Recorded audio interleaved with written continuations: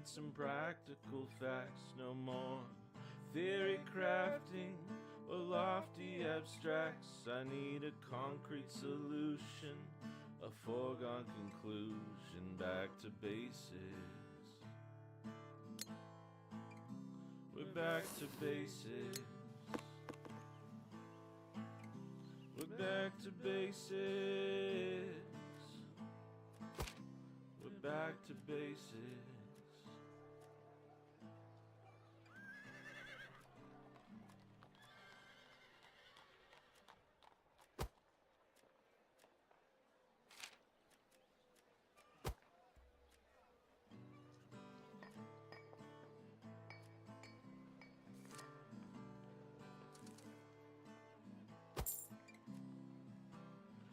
Back to basics, let's get down to brass tacks and start rolling the dice. We need some practical facts, no more theory crafting or lofty abstracts. I need a concrete solution, a foregone conclusion, back to basics. We're back to basics. We're back to basics. We're back to basics.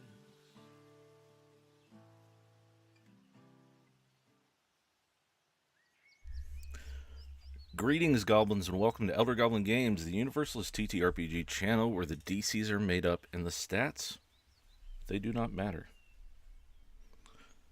I'm going to go ahead and get things started a little bit early here because I'm ready a little bit early. Let's turn this down. Hopefully I'm coming through loud and clear. Let me just mix my volume just to make sure. You should hear some birds whistling in the background. That's about it. Okay, so I always like to start these streams off with a little bit of a TTRPG topic of the day, if you will. And the topic of the day I've come up with is: what makes a TTRPG world feel alive? Some might use fancy words like verisimilitude. I don't even know if I'm pronouncing that right. Loving the background. Background art sounds good. What's up, Battery Dennis? And Folium, which I believe is Above the Table. Shout out to Above the Table. I really liked your recent video. I'm going to take a sip of my hot beverage here because I'm a little bit under the weather and it's snowing outside. Well, it's kind of let up, but this is one of my favorite mugs. When you put something hot in it, a picture starts to appear slowly that says, it's roll-off saying, "Hey, you're finally awake." That's when you know it's coffee time.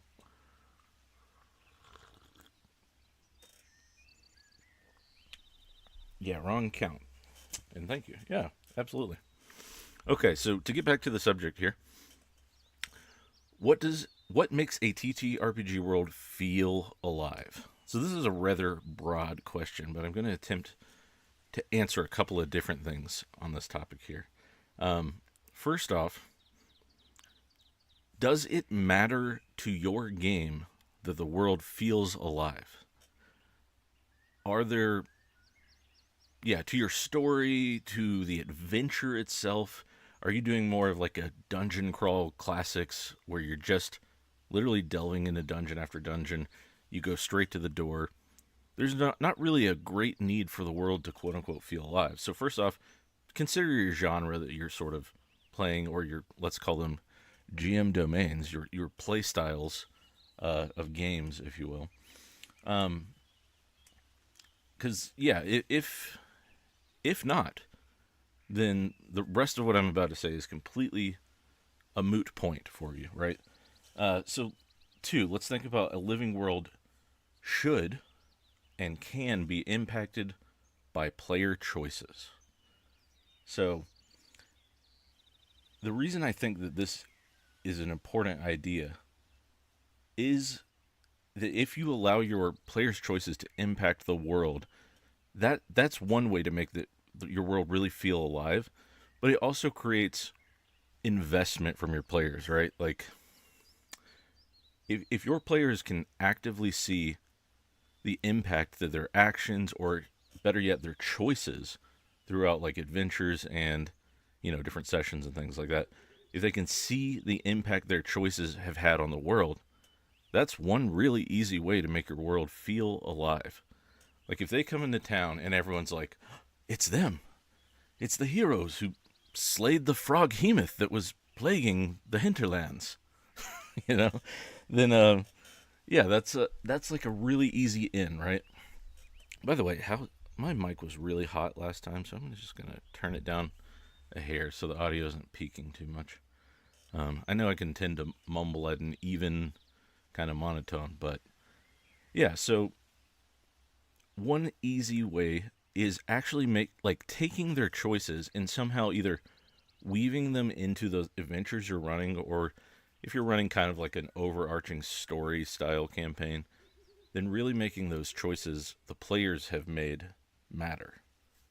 So a third sort of idea or question on this topic, and let's see, Creates says, yeah, it makes it matter to the whole table. Right, yeah, like, there's a collaborative element to these games, right? Like, you as the GM can sort of like decide the adventure that you want to run, but ultimately, the fun of a role-playing game is the interaction between the story and what the players do. Because, like, if we think about this as in a writing perspective, the players are your protagonists, right?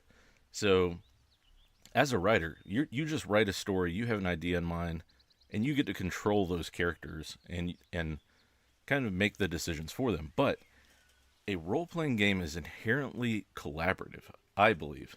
And I think one of the strengths of it is that you as the GM don't even really know what your protagonists are going to do with the story that you present. I think this is actually one of the fun elements of role-playing games, and I think, to go back to our topic, it's a really integral way to make your world feel alive. Just really paying attention, maybe jot down notes when like a big or even a small decision is made, because there will be a moment where if you bring up something that happened, I don't know, 3 to 5 sessions ago, you look at that player across the table and you lock eyes, and something's going to light up and they're going to go, oh, that's when I stole that thing from the alchemist. Shoot, that's coming back to bite me now. And right there, it's like, world feels alive, right? Like, if that is a goal of your table, to create a sort of living, breathing world that the characters interact with and can make meaningful change, or like at least interesting change, right? Like, so that's okay. We'll call that step 1 of making your world feel alive. Hold on, I got some comments here. Above the table. Yeah, decisions and reputations catching up to the party shows that things are actually happening, even when they aren't looking. What's up, JK? +1 for the Dark Suns background. Swords and Stones. Morning, Jordan. And Carbo Creates Battery Dennis. Yeah, what's up, everybody? Thanks for joining me live here on the stream. Kid went down for a nap. I got a little bit of time to play some Cardhunter, and I just wanted to kind of discuss this topic. I'm going to actually transition here real quick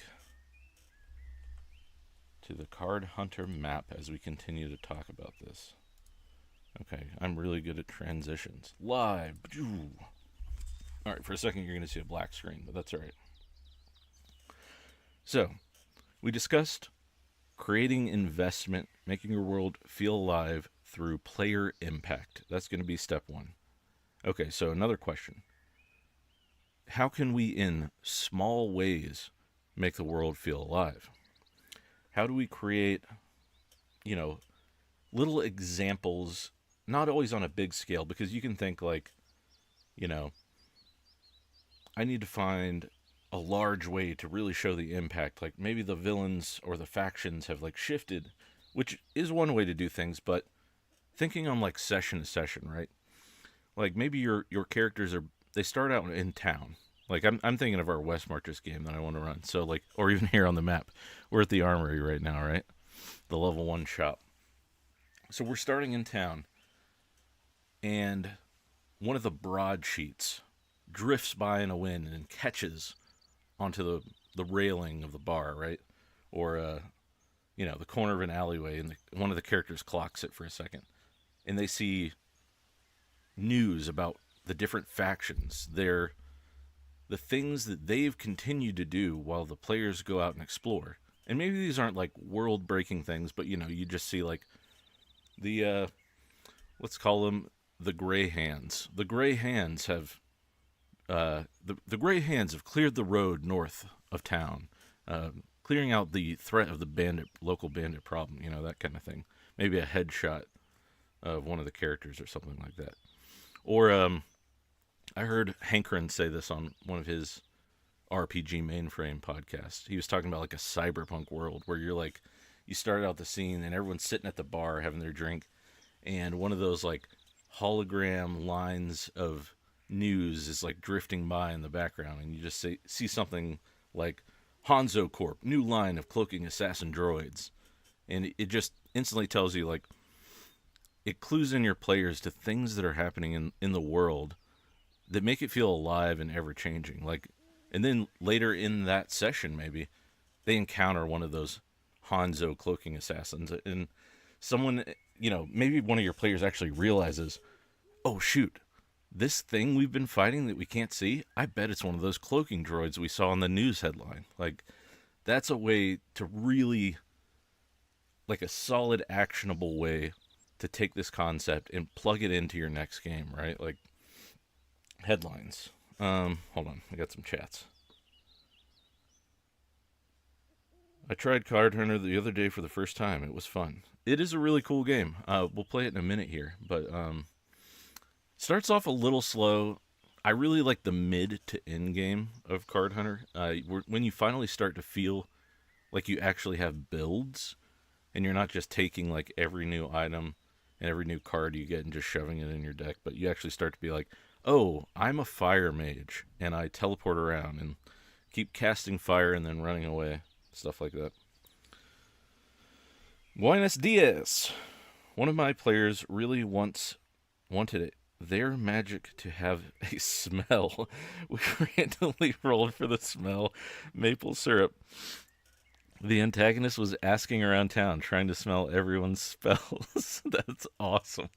See, it's stuff like that. Like, you can take a really small detail that a player just hands you, and you injected it into the villain. It sounds like the antagonist here. We're using kind of writer terminology, but yeah, you took the antagonist and you had them actively pursuing the player because of their maple syrup smelling spells. That's awesome and hilarious. Evening. Oh, it's evening for you, huh? This is like mid-afternoon for me.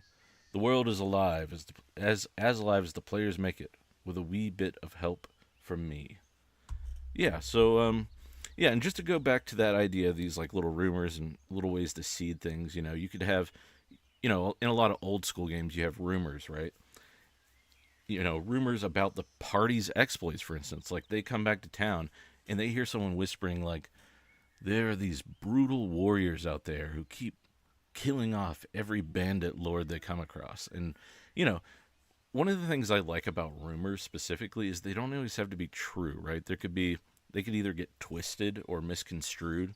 Actually, one of my favorite examples of this is in the book versions of the Game of Thrones series, right? Not the show, but in the books, a lot of the times when we are seeing the world through this perspective of one of the protagonists, we'll hear a rumor about a character. Like, you keep hearing about the Hound going around and just slaughtering villages and putting everyone to the torch and burning things.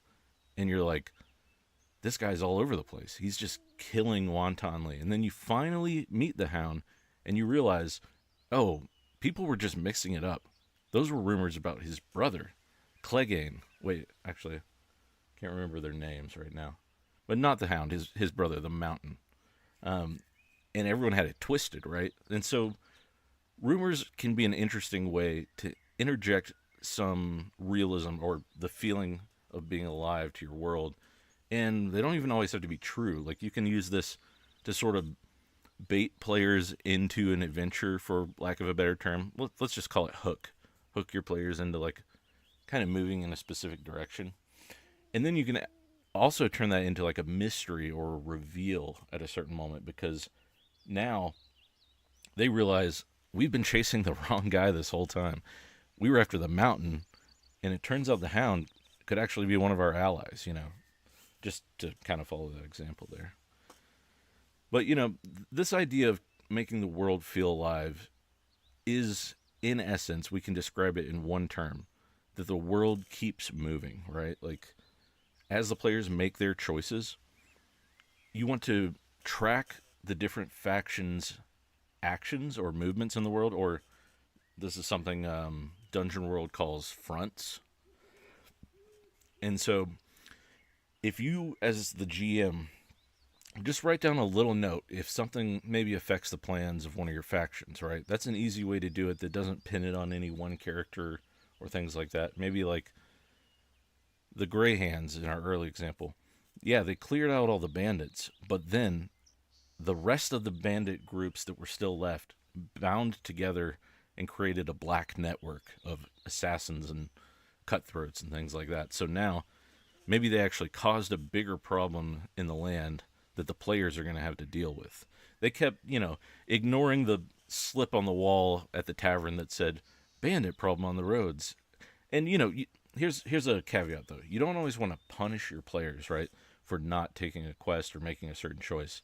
I actually heard this talked about in the Eldritch Lorecast the other day. Make your world feel alive, but not at the expense of your players' choices. Make sure that their choices have good impact, because they're meant to be heroes. And if this is almost undermining my point here, but like, if because they didn't go after the bandits, someone they know got killed or something like that, then they're going to feel a little defeated, a little crushed, like, did I choose wrong by not taking that quest, So obviously be careful with your fronts, be careful with how you decide to progress those factions and things like that. But, be mindful of what the other factions are doing if the players sort of ignore leads, or, factions, it could be characters, it could be a monster, it could be a plague, this could be many things. That's why fronts is probably a better word, which is what, again, Dungeon World talks about. It's actually a really great section. If you never read Dungeon World, check out the fronts section of the book. Maybe I'll have to do either a live stream or something on the topic of that, because it's really interesting. I really like it. JK, one of my favorite parts of Shadows over... Whoa, I'm going to have to pull that up. Bogenhofen, spoilers for a scenario that is 30 years old, where a shapeshifter disguises themselves as a party member and trashes the town. Oh, man, that's a really cool idea, because, like, going back to our early example of either rumors or ways that, like, the characters may have impacted the world with their choices. They could have come across this shapeshifter, and now they come back to town and everyone's like, it's that guy. He's been trashing the town and all that. And then you're like, no, I haven't. Then there's this moment of like, something's going on. Somebody's impersonating me, That's a really cool hook. I actually like that a lot. They're brutal thugs who smell of maple syrup. We must stop them. Reoccurring NPCs not always being one-note personalities definitely makes them more relatable, which can aid to the real, alive feeling as well. Yeah, that's another great point. Way to make your world feel alive. Have those reoccurring NPCs that not only like are excited to see the players return to town because they're like, oh, it's you guys, you did that thing for me, or you're kind of the heroes around here. But maybe even things like, the barkeep starts giving everyone free drinks every time the heroes come back, or the discount at the local smithy because the guy knows, yeah, you're denting the heck out of your weapons, but you're doing it for a just cause. You've been clearing out all the goblins from the old forest, that sort of thing. Yeah, there's lots of ways to also implement NPCs as a good way to make a world feel alive and breathing. Okay, I took a couple notes for this. Let me see right here. don't be vague, be overt. I think as game masters, we can have a tendency to sort of like hide the information behind our screen because it's like, it's all in our heads and we think, oh yeah, this is impacting the world, and like, oh yeah, I'm thinking about the way my notes have shifted or changed and the way I have to like refigure this scenario or this dungeon or this how this combat might have went.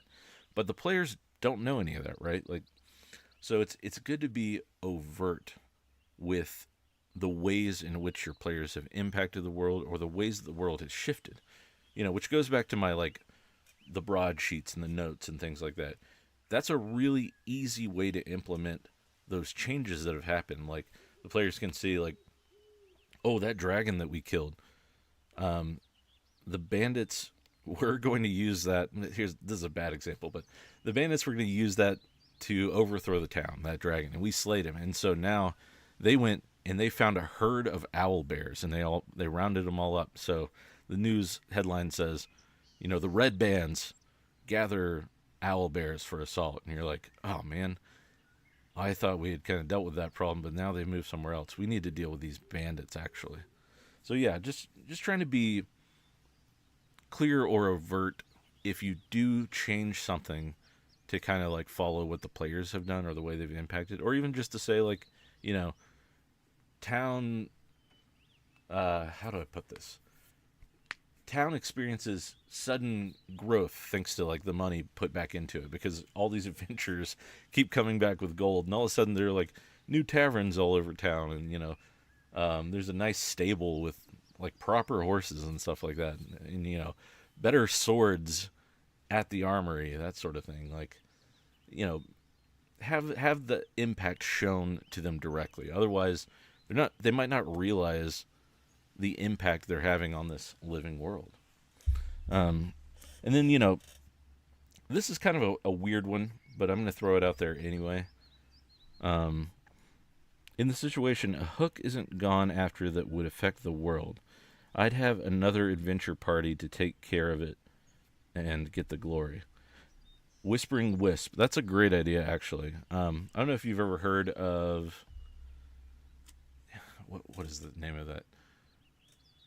It's the MCDM thing that it used to be a zine, but then they discontinued it. What was it called? Arcane, not the Arcanum Unbound. What is that?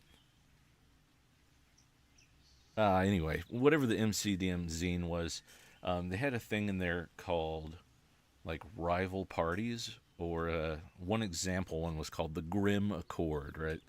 And the idea was that like the Grim Accord was this rival party that kept showing up everywhere that the players went. They would see like traces of them having already sort of like been through and cleared a room in a dungeon, or like maybe they're like literally walking out of the dungeon as the players arrive, and they're like, well, there's a pretty nasty Otyug in there, but yeah, we just decided to grab some of the gold and dip. Good luck with that.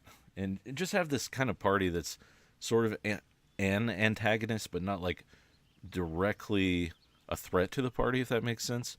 But that's another way, like, I guess those are NPCs as well, but like to make the party feel like their choices are impacting the world is to have this rival party that keeps like rubbing up against them, but not really like getting in their path, if that makes sense. I mean, you could eventually turn them directly into an antagonist and make them villains of the story, but that's a whole nother topic. Okay, so Electric Bastion Lands has the rival mechanic. There's an NPC or group of NPCs that compete. Okay, so along the same ideas. I haven't read Electric Bastion Lands. I don't have that one, but I need to. They can complete quests that the party leaves on a quest board. Yeah, that's pretty much exactly the same idea. So that's probably another, maybe even a better resource. I haven't read it, obviously, but I know that, is it Chris McDowell who wrote Into the Odd and Electric Bastion Land? I know he has a really good brain for like making concise mechanics to games, so I would assume Electric Bastion Lands is a really good resource if you want to do that kind of rival mechanic, it sounds like. But yeah, thanks Dennis. Okay, so this is a bit of a weird one. I oftentimes like to refer to the advice I give as tools, right? Tools for your GM belt. Um, you've heard enough for your brain today, chow kids. Have a good one. Uh, that's funny. Um, well, I'm going to make this last point, and then I'm probably actually going to dive into a little bit of Card Hunter, just to see if anything, I don't know, shakes loose in my brain while I'm playing. But I was going to say, these are GM tools for your tool belt, right? Like, so if there's something that doesn't work for you, that's fine. Put it away in the tool belt. Put it away in the toolbox if you want, and save it for later. You know, maybe you come across a different scenario in a different campaign in a different system, and you think, "Ooh, now I kind of do want to use that idea of the broadsheets or like the news headline in the cyberpunk world. I didn't like it for my old campaign, but now, you know, so right tool for the right game, you know, right tool for the right problem, that sort of thing." So I say that as a huge disclaimer for this next one because it's kind of a weird, out there one. And to be honest, I've only ever done this like once, so use lightly. But this idea is scenes without the party in them, or like I'm going to call them vignettes, right? So this idea of vignettes is kind of what you see in movies, right? Where like the audience is sitting there and we get information that the protagonists don't have, right? We get to see a little bit behind the scenes into like the actions of the villain or a faction or an opposing party, things like that. And one of the examples that comes to mind, right, is if you've ever watched any of the games that Abria Iyengar has run on either Dimension 20 or Critical Role. I don't watch a ton of those, but hers were usually like short run ones, so I could like kind of jump in and out. But anyways, the point is, she's like the queen of these vignettes, right? Almost always at the end of one of her sessions, she does this thing where the camera like kind of pans back, and then we see one of the characters maybe that we thought wasn't that important that the characters interacted with, like the messenger from the Thieves Guild, and he's like handing a potion that he took from one of the players to the villain, and we get like a little scene behind the scenes where like we get to learn what the villains are really up to, and it kind of lights a fire under the players, and it like makes them want to kick things into motion next time, and kind of pushes the story along so they have more motivation to get something done or to complete a quest, or like, oh man, we really do need to deal with those guys, even though like their characters wouldn't have that. It's sort of metagamey, which is why I put the huge disclaimer before it. But vignettes can be like an interesting way to make the world feel alive and kind of put the pressure on the players to get something done or complete a quest or keep moving forward with the story, that sort of thing. Hey, what's up, DM Tales? How's it going? Well, I'm going to play the game a little bit, I think, and sip on my coffee because my voice is dying right now. Above the table. One of the things that she does that I love is when she tells the party, and here's what you don't see. Yeah, that's exactly it, right? She does a really good job of that. I love the idea of vignettes, even if I haven't had a ton of ways personally to inject them into my games. I think it's a really cool concept that can really give the players more investment in the world in an interesting way, right? Yeah, I think it's really cool. What software is in the background? So this is Card Hunter. This is a game I've been kind of playing as I chat. It's a card deck builder game. Here, I'm going to click on the armory. But it's inspired by D&D. So I have, these are my 3 party members, right? I have Mjolnir Crags, which is a amalgam of my name. Trogrog and Nyruna. Got our elf cleric. You know what? Actually, while we're here, I'm going to go to Cuthbert's costumes. I've been confusing my cleric this entire time. Or priest, rather. I have some pizzas, right? I'm going to buy this one and swap it out because I need to remember that this is my cleric. I keep thinking it's my warrior and sending her into battle. And then I'm just going to make it a full lady party here. This is now Trograga. But anyways, it's a D&D inspired game where you build your deck based on the items that are in your player slots, and as you level up you get more slots. Like you can start having 2 weapons as a fighter, and then I'll eventually get like a helmet, and you know, I'll get an extra divine item. This is a rare divine item, and they all add like a little bit of cards. Like boots usually add movement and armor, stuff like that, and you can deck build by swapping things out. And then you go, like we're gonna go now, to the highway robbery scenario. Highway robbery. Okay, let me just find it. I'm sure it's here somewhere. This is Gary, our game master. I like it. The standee art, nice. No, I say almost every stream that I wish so bad that this was a VTT. Like once I get into the game here, I'm gonna read the scenario and then I'll jump right in. But the way it's angled, the way the pieces all kind of have like a cartoony look, but like really like harken to at the table fun. Let's just read this. Highway robbery. A shipment of stolen weapons is on its way to the foul blood spear goblin tribe. If the caravan reaches its next destination, there will be no end to the violent conquests. No hero could pass up the opportunity to thwart the goblins' plans and gain their plunder. Will you turn the tables on these goblin thieves, engaging in your own heroic highway robbery? Dun dun dun. So this is for levels 2 to 3. 3 thrilling battles. Begin adventure. A woman, old man, staggers through the tavern door and cries, "The goblins have stolen my baby! I mean treasure!" Oh, this is me as a GM, let's be honest. Roadside ambush. Entreated by the oft-beleaguered Omelet Village elders, you set out to track and destroy the Bloodspear Goblin supply caravan.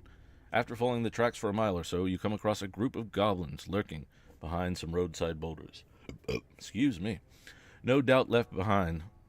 No doubt left behind to slow your progress. Ba-da-ba-bum. Battle time. A VTT from this perspective would be so cool. That would be an interesting concept. Yeah. Hot on the trail of stolen baby. Treasure. Goblins ambush you.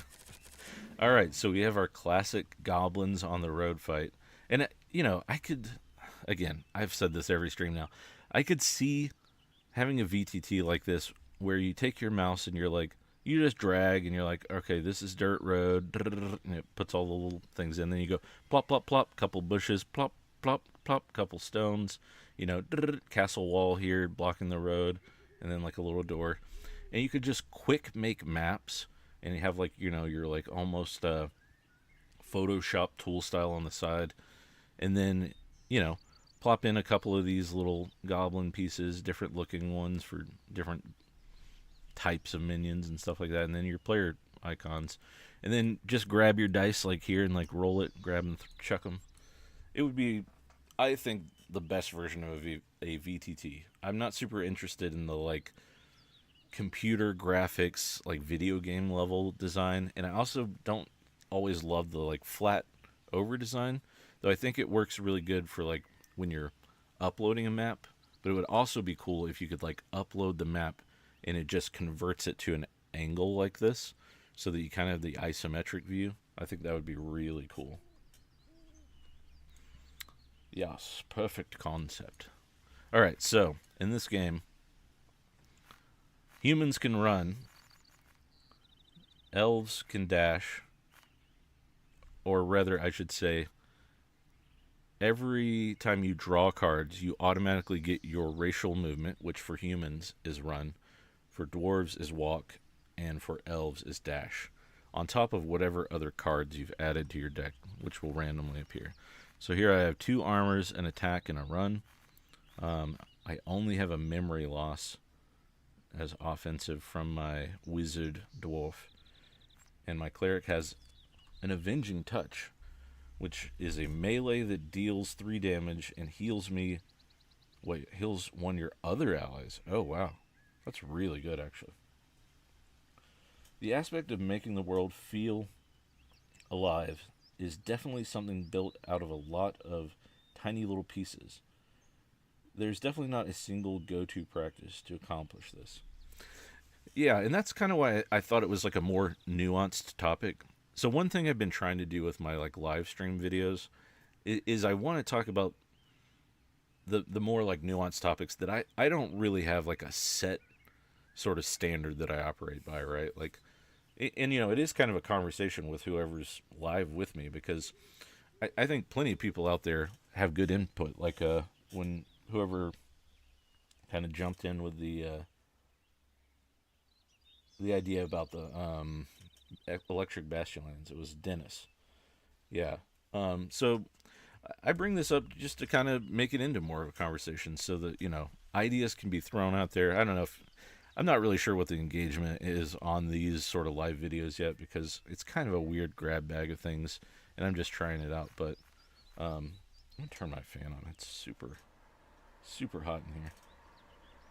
I'm in a little closet, basically. Oh, I missed a message. What's up, Badger? I use a variation that by having an NPC play the role of Bill Paxton's character in True Lies, taking credit for the party's exploits. That's awesome. That's a good way to think of it. That's kind of your Gaston character, right? Keeps showing up in town, boasting at the inn and like laughing, and everyone loves Gaston, but really, it's your party who's been doing all the hard work. That's a great way. All right, let's see. They're all hiding. I think all of my view is blocked. Yeah, if I click these, blocked, can't enter, block sight, difficult terrain over here. So one thing I could do is I could have them come to us, which I don't think is a bad plan. Let's put my wizard in the back first of all. Okay, I'm gonna memory loss this person. Oh wow, you can block a memory loss? Interesting. Okay, I'll have Righteous Fury cast on my warrior. Let's get the warrior in here and beat the pulp out of this goblin with a flaring torch. It's frenzied too, so deal 6, and they can take 2 burning next turn. Okay. I'm gonna I'll just Avenging Touch and finish this one off. Hey! Oh no, got blocked. Never mind. Alright, Gary passes, so I'm gonna end the round, which is behind my head here. This is where it says end the round. I just realized my last stream I'm covering that up. So in Cardhunter, whenever you play any move, the other team takes priority, or like the GM in this instance. I actually think this would be such a cool concept for a role-playing game. Maybe even like a directly VTT one, which I know basically is what I'm playing right now. But, you know, if you had the option for the game master to sort of create your own scenarios or modules. I really like the way combat works in this. You know, you can build a deck, you get random draws, and then you get a draw from your movement deck. And then, you know, the way armor works is armor 1, keep, meaning it always soaks up 1 damage and you keep it for the reliable hide. But then you have like your roll armors, like down in the bottom left of this card. If you roll a 3 or better, so like a 60% chance, I think, or 66, then it's armor 2, and you block 2 more, and you keep it. Now, some armors are like more like blocks, where you get 1 use, and then it goes away. It uses the card, and you discard it. But yeah, anyways, I think this is, yeah, attacks automatically hit and are soaked up by, well, unless you block them, but are soaked up by armor, things like that. Let's see if I can get a spell. Ooh, missile block. Block magic. So, I have learned through this encounter that goblins be having a lot of blocks. That's interesting. They're all, I guess that makes sense. They're all, like, using shields here. Thanks for the conversation. Lunch is over. Back to the grind. Take care. Hey, thanks for joining, Dennis. Yeah, I'm probably not long for this domain. I almost said a world, but that sounds way more harrowing than I meant. Okay, this is cool too, because like this is coming from my cleric who's here. No, wait, cleric is here, so it's not going to work. Let me try this. If I move my cleric here, and then I bash, it's going to slide this guy back so that he has to move to come in. Oh, no. That's not good. My cleric is in dire straits, so we're going to retreat. I'm going to do a little tactical retreat here. I have my dwarf shuffle this way. And I'm going to end the round. I got a discard down to 2, so I'll get rid of the worst cards I have. Hi, can't stay. I have to put my baby to bed. Just swinging by to say that you do an awesome job. Well, thank you, Bakkenusser. Appreciate it. Where are you from, Bakkenusser, that you're putting your kid to bed? Must be other side of the pond there. Ooh, okay. I have an idea. I'm going to Righteous Frenzy my wizard. Okay. Alright, I blocked all of your measly attacks. I'm going to Righteous Frenzy her twice. Which I don't know if it works that way, but I'm going to find out. I'm going to move my fighter here so she's not in the way of the burning hands, essentially. And now I can either get these 3 or those 2. Actually, it'd be this 4. It's worth it to almost hit my fighter because I have 2 reliable hides, which is probably going to block all the damage. Oh no, Frenzied though. I forgot. Okay, well, they all just blocked it, which is lame. But they all get this condition. Now they're burning 2 for duration 2, which means at the start of each turn, they could potentially take 2 damage if their armor doesn't block it. I'm going to move. How far does this slide? Slides 1. I'm going to slide this guy 1. Ah, it didn't work. Well, I tried. France. Okay. I love the look of this game. Elder Goblin putting the young ones in their place. Respect old man strength. Wait, what did I do? Could really see it in physical form. Hey, hope you're doing well, EGG. I'm doing okay. It's been, if I'm being totally honest, with some on the internet, it's been a weird month. We've had a lot of stuff other than just the Asheville thing. I've had some family things going on. I will just say take care of your health because it can sneak up on you. I've had 2 close family members in the ER in the last 2 weeks. So it's been a pretty weird time for me, which is part of why I was like, I'm not going anywhere today. I don't feel good, and it's snowing, and our roads aren't even back to normal. So I'm going to call it a snow day and take care of my health today, including my mental health. So you smushed the goblins. Oh no, my own tribe. I'm kind of like going against my name here. Here's a question for you. What's something we could learn from Cardhunter that could be applicable to our own games? Also, anyone who likes the look of this game, it is free. Yeah, I always forget to mention that too. This is a free game. At least most of the game is free right out of the gate. It's also multiplayer. So if anyone ever wants to play this with me, you can have up to 3 people in your party and keep doing these little scenarios. It's really fun. Or you can actually do like a PvP mode. But to answer your question above the table, it is an interesting thing to think about, because as I play these scenarios, some of them get really gamified because it is a video game at the end of the day, but where you'll have these little yellow squares on the map and it'll be like, you know, a flagpole at the top of a hill, and it's like you have to hold your ground while all these orcs assault you for like a number of rounds, and you get victory points, right? So it's kind of like, it sometimes makes me rethink about the way I approach combat, because even here, like, this is very almost like Pathfinder or D&D 3.0, where it's like you're concerned about your 5-foot steps, you're concerned about where blocked terrain is a lot of the time, like when line of sight is broken, because you're worried about the wizard who's just kind of chilling in the back, slinging spells at you while you're trying to pick off all these minions. It really does kind of rework your brain chemistry for combat. Now, these are the early maps I'm showing you right now, which means they're all kind of straightforward tank and spanks where you're like, I just need to kill them before they kill me. But later on in the game, there's a lot more nuance to the combat, a lot more strategy comes into play. Difficult terrain and things like that is a big part of it, so it's really interesting. Thank you, DM Tales. I appreciate that. Yeah, it's been a weird one. Anyway, let's discard down to 2.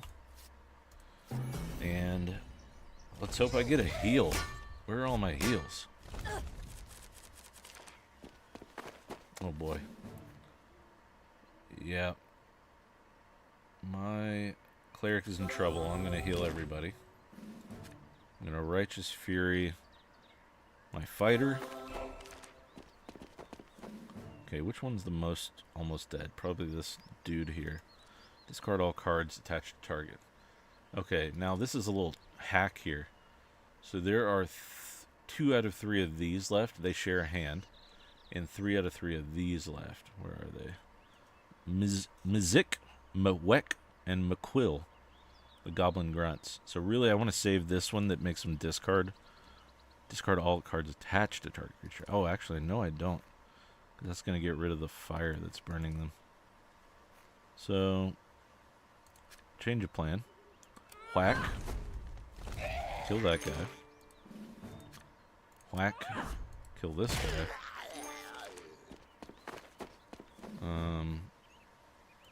Save my cleric. Actually, I might be able to finish this guy off. Eee, reflect. Ah, man, that's a lot of blocks. Alright, well, let's push this one. Nope. Actually got it reflected back on this. Where are all my attacks? Okay, well, we're gonna run. Rather, walk. Then run. Then, now, because, see, okay, so here's the thing. In this game, if you're sort of like pinned down, or you have an enemy next to you, it slows the amount of movement you can do. So I have to move here with my dash, and then actually dash away. And then same with this guy, he can only run. And then I end around. I'm gonna get some gunk out of my throat. I'll be right back. 1 second.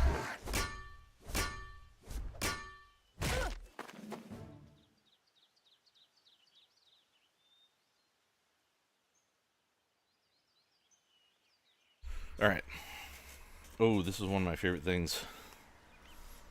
I always love looking at video games and trying to parse out why parts of it are fun or impactful and how I might implement some form of the core concept. I'm big into how the brain works. You know, I am too, and I really do think about it. Like, if you saw yesterday's stream, yesterday I did a stream where I talked about gameplay loops, and I related it to video games. But one of the things I really specifically like about Cardhunter, not only just like how the sort of like randomization of the card system sort of forces your hand into certain strategies or certain plays depending on the turn, and it's like ever shifting, because it's not just like the choices you would make like in D&D or something that your character has, but now it's also this random element or semi-random element on top of it, because, you know, you're keeping armor cards if you can, you're getting a movement every turn, but then like you don't know what attacks you might pull up. So like right here, I got one of my trait cards, which is Dimensional Traveler. Attach this card to yourself, duration 3. This is like a cantrip. I don't lose priority, but at the start of each round, you move 1, teleport, and keep. So now, I get a free movement at the start of the next 3 rounds, and it's a teleport, so I can literally go like, you know, over water, whatever. But I almost like, I have a hard time separating this game.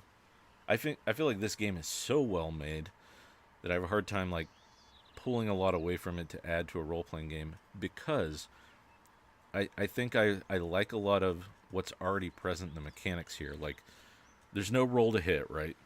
You make the attack, and the onus is on the enemy to either use a block or reduce the damage with armor. I really, really like this conceptually. I think this is a really interesting way to do combat. I like that you can sort of deck build your way into, like, different builds, right? Like, I have a fighter who late game, every attack they have has like a 5-foot step, essentially. So, like, I'll do like a lunge strike, and then I can like maneuver myself, because in this game you have facing, right? So, like, I can maneuver myself behind an enemy, get a lunge strike off. They don't even get a chance to block that because the way facing works. Stuff like that. It's really cool. It's got a lot of interesting bits and bobs. DM Tales says, "Gotta run. We have the chaos. Oh, we will have to chaos stream soon." Sounds good, man. Thanks for joining in. Numbers go up, releases the fun brain chemical. Yeah, that's true. It always is fun to do more damage. I think one of the things I really like about this game too is that, like, the numbers never really get out of control while still going up, which is hard to explain until you've seen some of the later cards. You just start getting rarer, better cards and stuff like that, and like 1 damage is suddenly not as exciting. Okay, I need to heal. So let me get my group back together. Let's get the band back together. Hit a healing pulse. Heal everybody. 2. Put a frenzy on the mage, because she has 2 attacks. Okay, good. My tank is tanking. I'm going to slide one of these guys back. Probably this one. If it lands... Nope, does not. Yeah, that's unfortunate. Let's see if we can kill this one.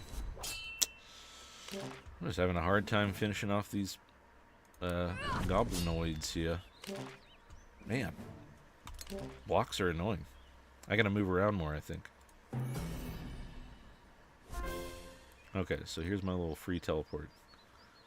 I'm gonna go this way, even though that's backing myself into a corner. Okay, Gary passed. Target discards their oldest attack card. If you are behind the target, create a panic card. So I need to get these guys to face the other way. So I'm gonna go here. I'm gonna do this.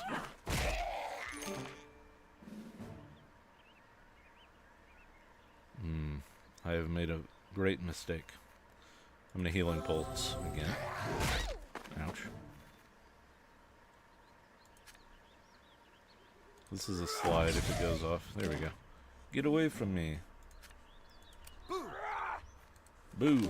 I did not create a panic, but that's alright. I'm gonna bash this one because it's already low.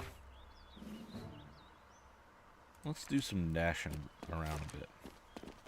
Uh-oh, we split the party. Never split the party. I'll go here. Gary passed, so I'm going to allow the round to end. I'm going to get rid of... Oh, I'm going to get rid of my reliable hide because I want to end this. Need more attacks. Okay, I get to move. I'll just move here. Hey, I parried and draw a card. Okay, let's do this. There is sort of flanking in this game in the sense that, like, now that McKeel is facing my fighter and not my cleric. Oh, I don't have anything, though. If the cleric had an attack, I could hit, which would change the facing. Let's see if this will work. Okay, now he's facing this one. I move up. I can bludgeon, and he can't block. I'm going to try to bludgeon again. Okay, he didn't have a block, so that's good. Then, oh no. Alright, I'm going to fire. Nope. Man. Walk away. Okay, and then I'm going to heal myself. And end the round. Get rid of a dash. Weak armors. I got to get... Whatever has the weak armors in this deck, I need to get rid of, because weak armors are terrible. They're a 4 or better for armor 2. This attack doesn't prevent damage from behind. Yeah, it's like a breastplate that doesn't have a back. Okay, get away from me. Maze. No, it didn't work. Let's try it again. Then I will... If you don't end this move adjacent to an enemy, it gets cantrip. Okay. So if I go here, for instance, then I can move Frenzy 2, Duration 2, but deals a damage. I'll risk it. Hey, look at that. My armor blocked it anyway. Okay, now I'll move in.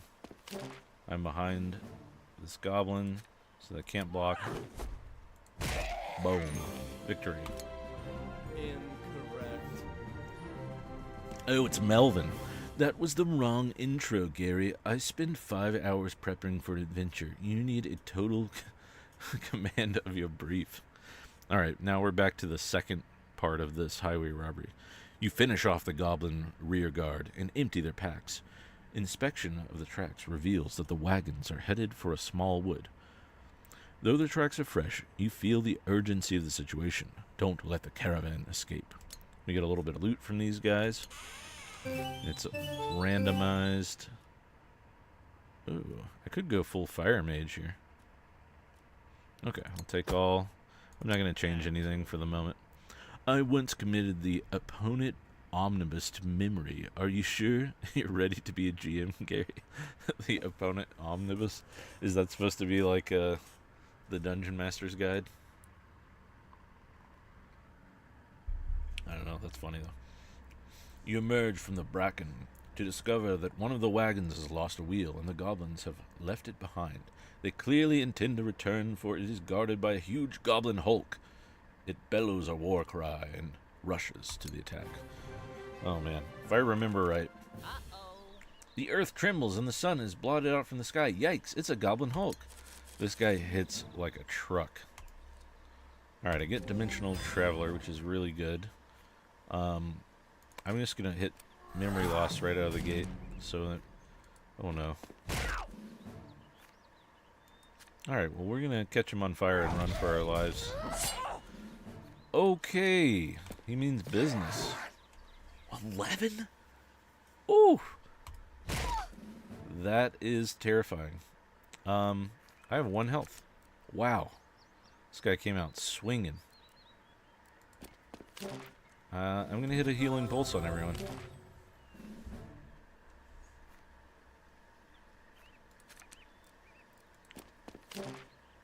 Yeah, that was scary. And I'm going to end the round. Okay. Oh yeah, the teleport also means I ignore difficult terrain, which is nice. Woof. Let's do a... Oh wait, Purging Strike. Discard all cards attached to target character. I'm undermining my own Ember Spray if I do that.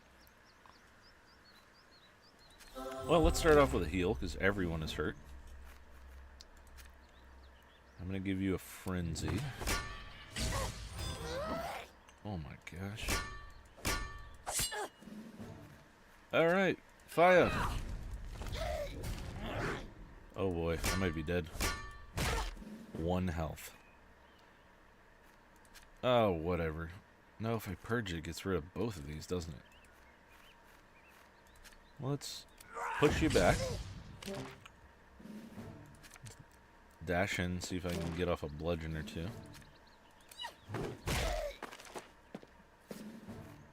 Alright, well... No, I think I run. I don't think fighting is the right move there. Okay, end the round and hope the flames kill this dude.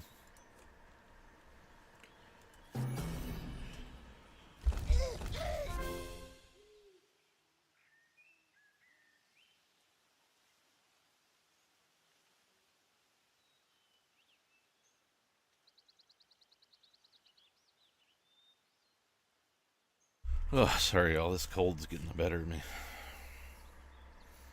Alright. And then teleport to here.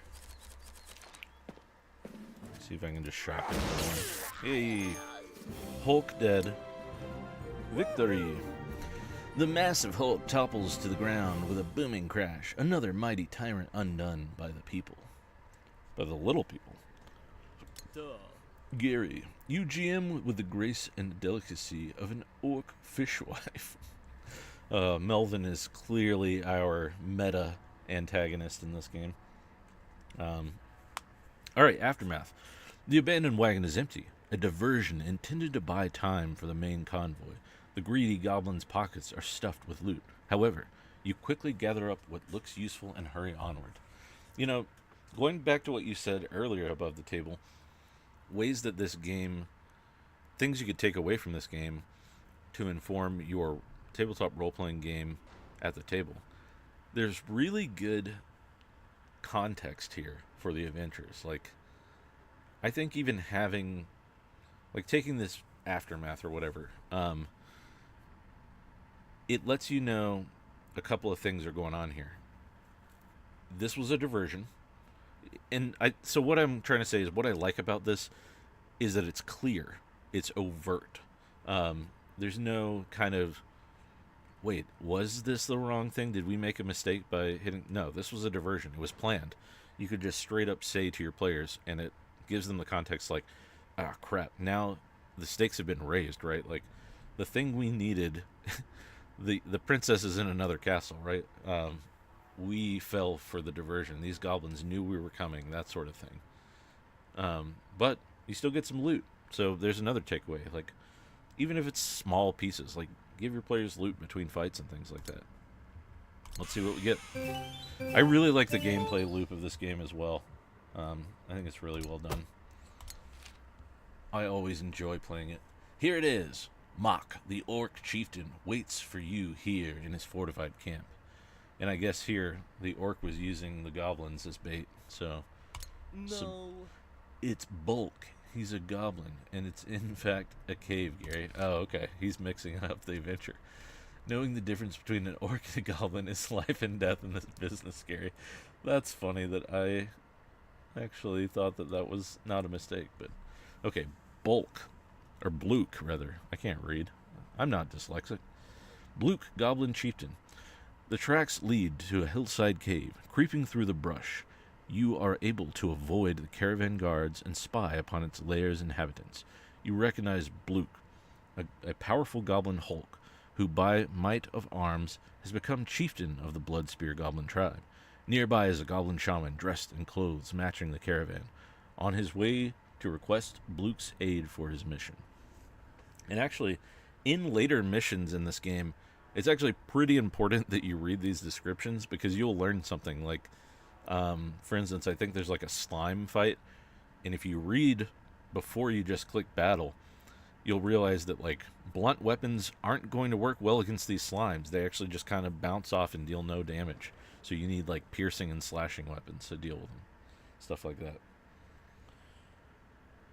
I always gotta run. Let's see, numbers go up.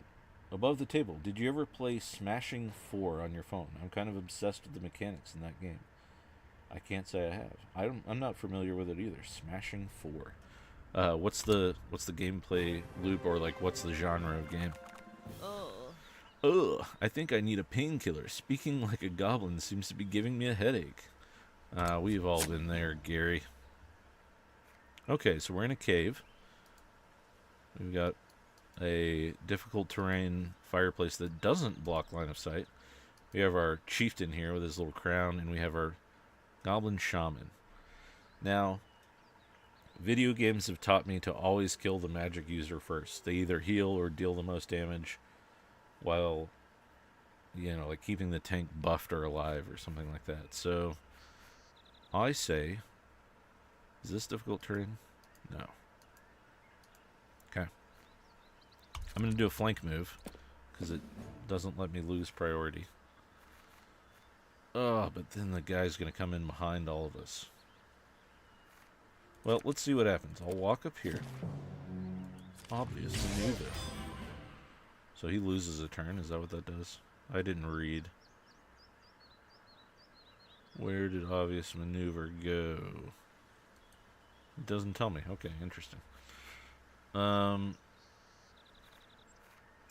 going to Well, let's do this. We'll run here. Then I'll dash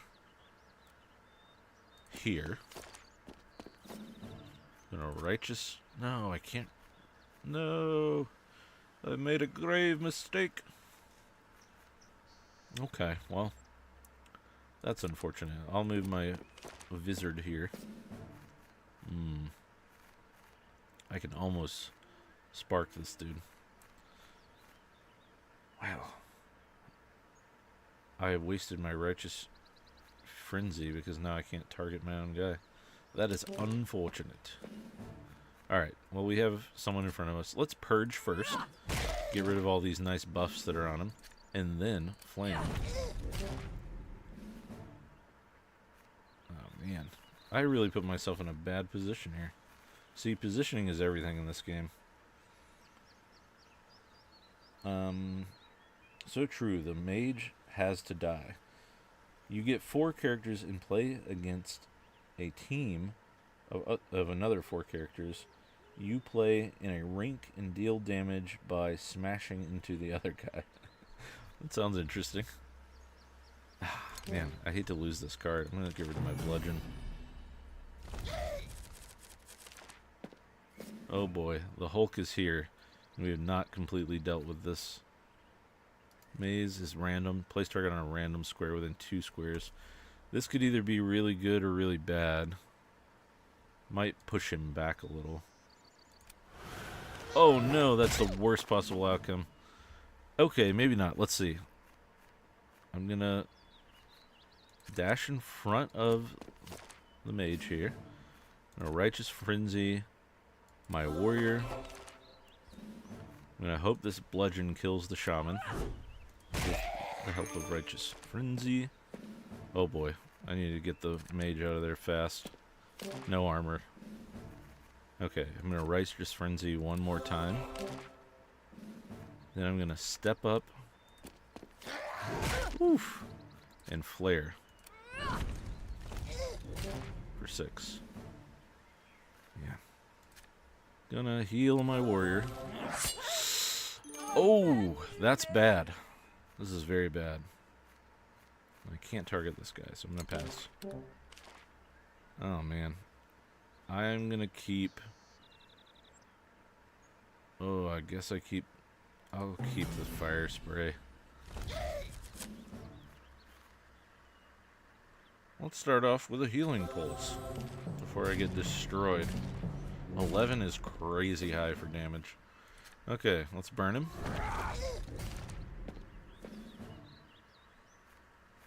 And then make him lose a card. Ooh, that guy's dead, isn't he? Yep. This is very bad. I misplayed so hard. Alright. I'm just gonna run away and hope the fire kills him. Oh, it's bad too because I'm a dwarf. I only get 1 move per round. Okay, fire. Oh, actually, it's some armor. And then I'm gonna maze him. Oof. Then I'm gonna push him. And end the round. Come on, fire, do your damage. Okay, I only need to deal 3. Oh, I get Traveler. I'm gonna walk. Okay, this has to work or I'm dead. Woo! That was close. Oh, man. Luckily, he didn't have armor, or I would have been dead. It works on you.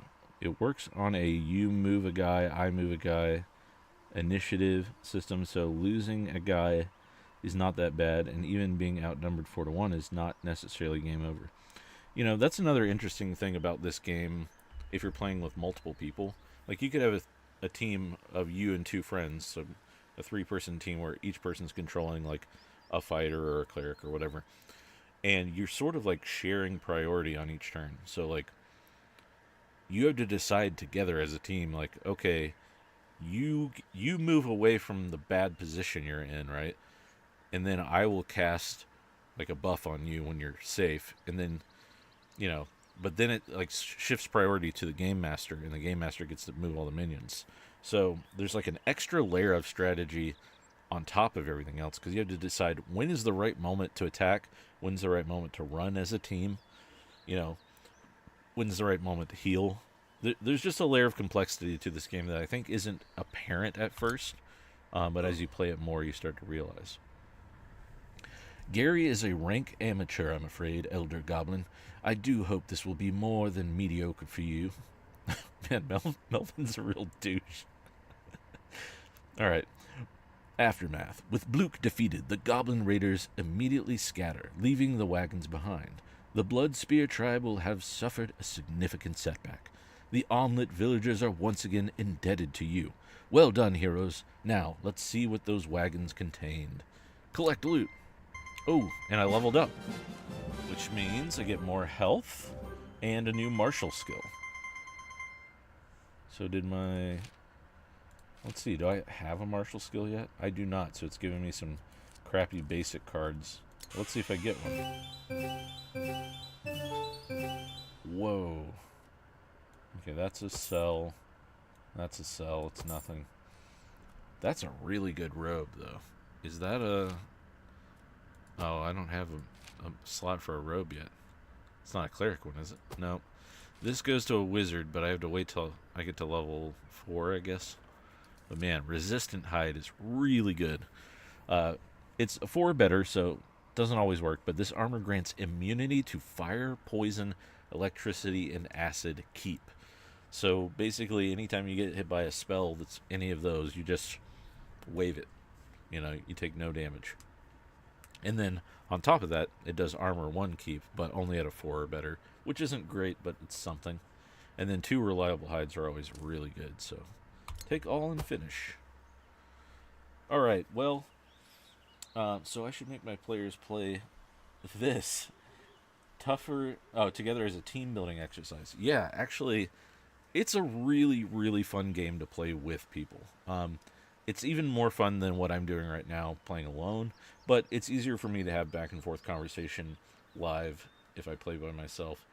Maybe I'll do like a patron thing or Discord thing and bring some people on, and we can do some games together at some point if people are interested in that. Oh yeah, and this is timed out for the day.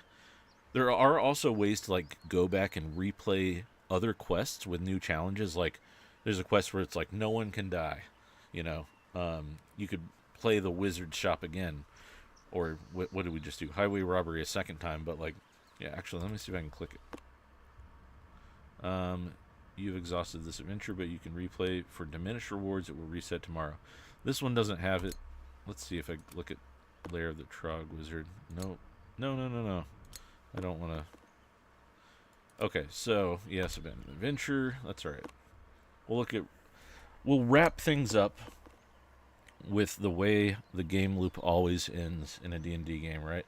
Everyone returns to town to sell all their trash and buy new loot. We need to get a martial skill for our human warrior here. We can go Bruiser, where you add 2 damage to any bash you play. We can go Impaler, where you add 1 damage to any penetrate melee attack you play. Curse Hardened. Create a random melee handicap card in your hand. Attach it to self. I'm not a big fan of the curses. Where's the slasher one? Slicer.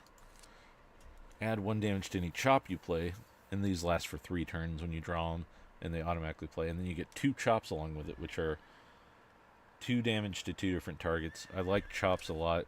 It's kind of your like multi-hit for fighter. I don't know what build I'm going yet. I've kind of got a crushing build so far, which is like bludgeoning. Yeah, almost all my attacks are bludgeoning. So I guess let's go with Bruiser. Let's see if there's a better one. There's 2 Bruisers, but this costs 25. That's like a third of our gold right now. I would really have to want to lean into Bruiser if I did that. So we'll go with the cheap one for now, and we'll decide later. But I think that's a good place to end things. My kid's probably going to wake up from her nap any minute now. And I've got to go be a decent dad. So thanks for joining in. Hopefully this was fun to either watch or be a part of. Hopefully I said something actionable that you can walk away with. One of my goals of doing a live stream is to have a topic and always walk away with something you can use at your table, even if it's something small, even if it's just like I said, a tool for your belt that you might not use in every scenario, but might come in handy in a pinch, resting somewhere in the back of your mind.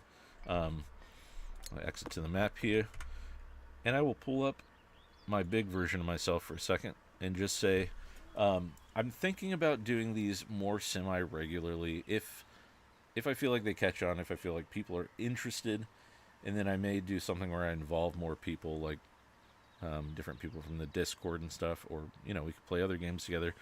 Check out my Twitch. These are going to be a little bit more organized, where I'm having a dedicated conversation, like I said, and tips you can walk away with. But I might just stream sporadically on Twitch if you want to see me play, like, regular old non-D&D style video games and stuff. That'll be a lot more casual than anything I put on YouTube. I try to cater my YouTube stuff for the crowd that I know appreciates my other videos, so it's a little bit more specific content, if that makes sense. But like I said, gonna try to do Cardhunter or a game like it probably every other Thursday at 7:30, if not every Thursday at 7:30 EST, I should say.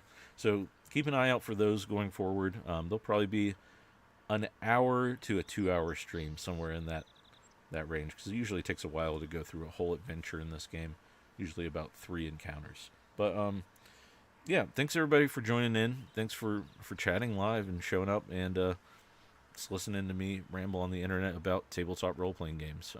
Hopefully you guys enjoy this as well. If so, I will keep doing it. So as always, check out the Patreon. I'm going to have a Shadow Dark West Marches game I'm gearing up for, and so are the other GMs who are helping me establish it. And join the Discord if you haven't. That's where I post more personal stuff. I talk more. We have really good discussions about different role-playing games, other than the big two. And yeah, thanks for joining me on this random snowy day where I'm feeling a little sick and down. So yeah, thanks for showing up at all. And I will say my traditional goodbye, and as always, make mistakes, choose chaos, and most importantly, have fun. See ya.